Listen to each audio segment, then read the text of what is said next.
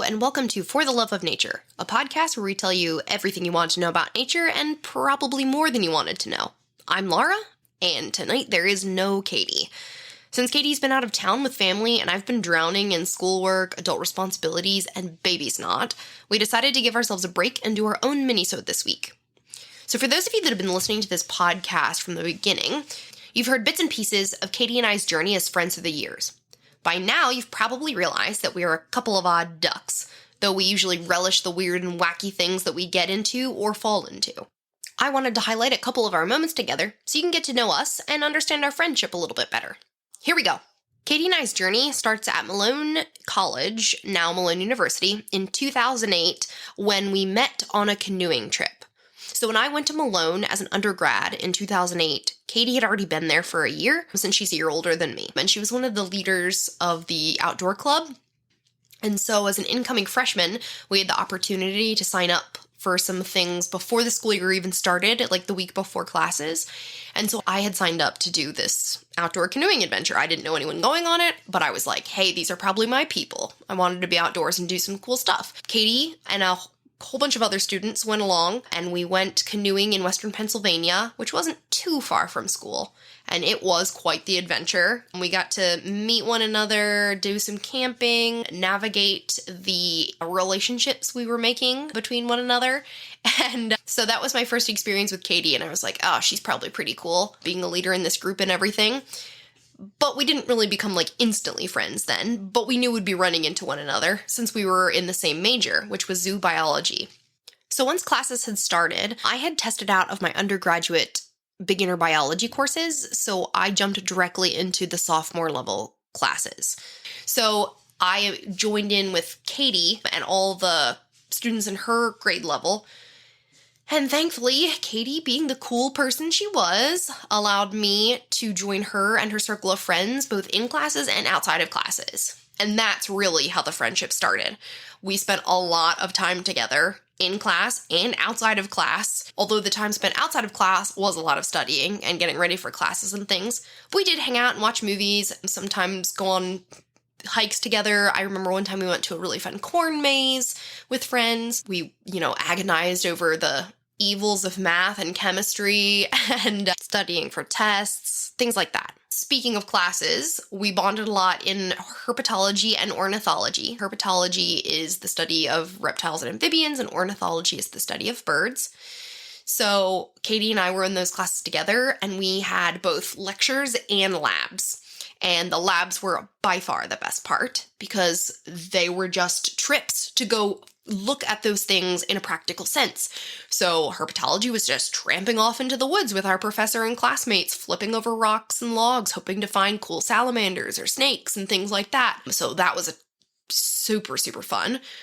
Ornithology was also really fun in a very different way. The professor is a very different person. And we went on lots of van trips, just driving around trying to find cool places to go birding. I'll never forget, it was a class that I can't remember if it was the fall semester, so it would be the end of the semester when it was winter, or if it was a spring semester, which is what I think that it was, and it started in the winter. But going to school in Ohio, not that far from Lake Erie, there was a lot of snow and ice and being cold. And we went up to Lake Erie to go look at ducks because honestly, that was what seemed like the only bird around, at least when we started these labs. We drove up to Lake Erie and Katy and I were sitting in the back of this 15-passenger van, and the professor is backing into this parking spot, and we're looking out the back window as Lake Erie slowly approaches, and we're like, whoa, whoa, whoa, whoa, whoa, whoa, whoa. And that was the day that we thought we were all going to drown in Lake Erie because our professor was just going to back us right in. And another time we were driving and all chit-chatting, occasionally looking out the window, but there was really nothing going around. This must have been spring semester because of this story. When all of a sudden, the professor slams on the brakes and all of us fly out of our seats. And we're all like, what? Expecting, to see something crazy like a great horned owl riding on the back of a bald eagle. But no, our professor said, it's the first robin of spring. And we're all like, that was probably my first interaction with a zealous birder, shall we say. But no, it was so much fun, and we really did love the professor, and Katy and I even went, after the semester was over, after school was over, we hung around for an extra week or two, and we went with that professor and his daughter up to McGee Marsh, which is up by Sandusky in Ohio, and it's a point where it's one of the shortest points in the Great Lakes, so the migrating birds can easily hop from Ohio to Canada without having to cross very much water, and it's like a funnel for warblers. It was incredible. We went, and it was like jewels everywhere in the trees. Totally nerding out over all of these birds. Such a fun, cool experience. So that was college, the place where we found each other, and also so much debt. So we parted ways there. We checked in with each other over the next several years. And fast forward a few, and we have a new conversation about coming down to Little Rock. Honestly, can't remember which came first. If I said something like, I'm looking for a job, or Katy was like, oh, hey, I think I have one for you. But basically was like, hey, if you want to come down here to the Little Rock Zoo, there's a position here if you're interested. And it was going to be more money and more hours than what I was currently making. And it's not like I did, I knew Katy, and I was like, all right, cool. This sounds like a great adventure. And so I came on down. So that's how we ended up working together at the Little Rock Zoo. And no joke, guys, my first week there was, to say the least, I had never been that far west in my life, and I had never lived in the South. And I mean, I had traveled a little bit in the South, like in Tennessee, and like one time we went down to Florida, but nothing extensive. So when I went there, it was an awareness week at the zoo. So at the zoo, or at lots of different zoos, they do awareness days or awareness weeks that brings attention to some specific species or grouping of animals. And it was bear week at the zoo. So we had set up like this area with bear biofacts, like skins, pelts, skulls, things like that. And we just had to man that area, answer questions, and just do some interpretation. Just standing there. This is literally like my first or second day. And I'm just being introduced to the people of Arkansas, and I am trying so hard to keep a straight face at the accents, because everyone has very different accents in Little Rock. Some people have no accent at all, and then some people have a really thick accent. And so I'll never forget, this one little boy came up to the table, and, he was touching the bear fur, and they're about to leave the table, and his mom nudges him because he hadn't said anything, so she nudges him hard and looks at him and us expectantly. And the little boy, who is wearing, he's little and he's wearing those cute little strap-on glasses, and he goes, "Thank you for letting me touch your bear pelt." And I almost lost it right there. Thankfully, I think I lost it right after he left. But Katy and I are both laughing, and Katy's like, "You gotta hold it together, because, this is gonna be constant." And I was just like, "But he's so cute."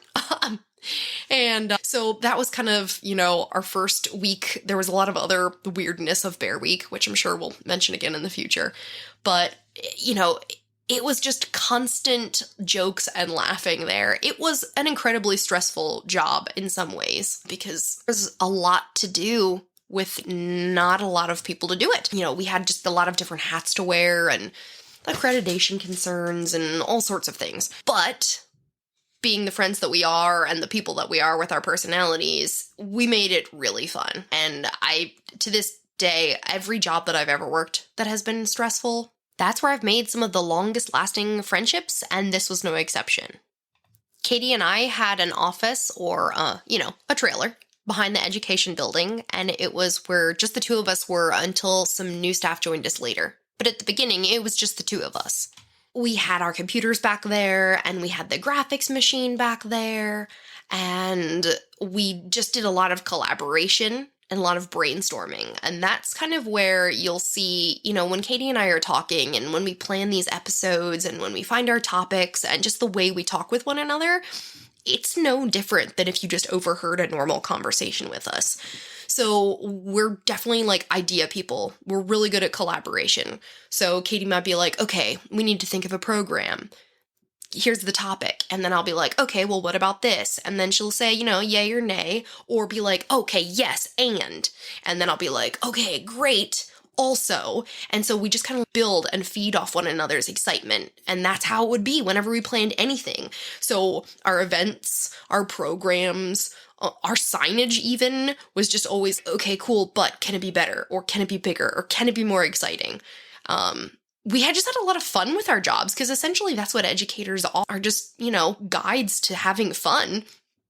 So when we weren't working, like on our lunch breaks, we had games and movie times or jam sessions where we would just play instruments, play around with auto-tune, watch some movies on the laptop, have like board game times where the other educators or education keepers would come and join us, sometimes even workout sessions. So, when we were off the clock, we hung out together, and then when we were on the clock, we were working and laughing. Sometimes we would laugh until we were in tears. Not surprising, you guys, if anybody has listened to our previous episodes, that happens a lot. I'm pretty quick to laugh, and Katy is too, and I'm pretty easy to get started. So, for example, one time, I don't even know what she did, but I was making a phone call to somebody, like someone who had called the office, and I need to return their phone call. I don't know what it was about, some kind of program. And she did something ridiculous, literally as the phone is ringing. And I had two choices. My choices were, let it keep ringing and get it together, or hang up the phone. Okay. And I took option C, which was to not hang up the phone and not get it together. So thank goodness they didn't answer the phone in person. So I am like desperately trying to hold it together. Katy's literally covering her mouth to try and help me stop laughing. And the message machine comes on and I'm leaving a message and my voice is like, because I'm trying so hard not to laugh, thank you. I'm just returning your call. And I got through it and immediately hung up. I was like, I have no idea what that person ever thought. I don't even know if they ever called back, but it was absolutely ridiculous. And another time that something very similar happened was Katy and I, we had to write this giant program every year, which was basically an auditorium show for our staff and using the birds of prey. And every year it was big and crazy, and we tried to do different themes. And so the one year that Katy and I did it together, because the first year she was on maternity, we wrote this skit with Jake, the puppet, because we were talking about what our talents were. And I don't know how it came up, but Katy was like, well, I used to do puppeteering, because of course she did. So we wrote in a puppet who was the main character of this entire skit. So Katy's under this box, manning Jake, and I'm under the box too because I'm the narrator, so you don't see me the entire time during this show either. So Jake's just up there interacting with our educators and things. So we do this for a whole week, and then we have a culminating performance at the resort that hired us, the state park. So it's been a long week. We're all tired, pretty slap happy. Last performance. We've done this like at least, 15 times it feels like. Maybe not that many, but close. So one of the educators up top says something to Jake, and Jake, aka Katy, reacts in such a funny way. I wish I remembered what Jake said, but it was just something so matter of fact, like, oh, really? And it sounded so funny. And, the audience is laughing. I'm cracking up underneath. I don't know why it hit me so funny. I think I must have been tired. But I could also hear the educator outside the box, like, pause and also try not to laugh, which set me off even more. And then it's about to be my line. Katy is like, Laura, under her breath. I am shaking.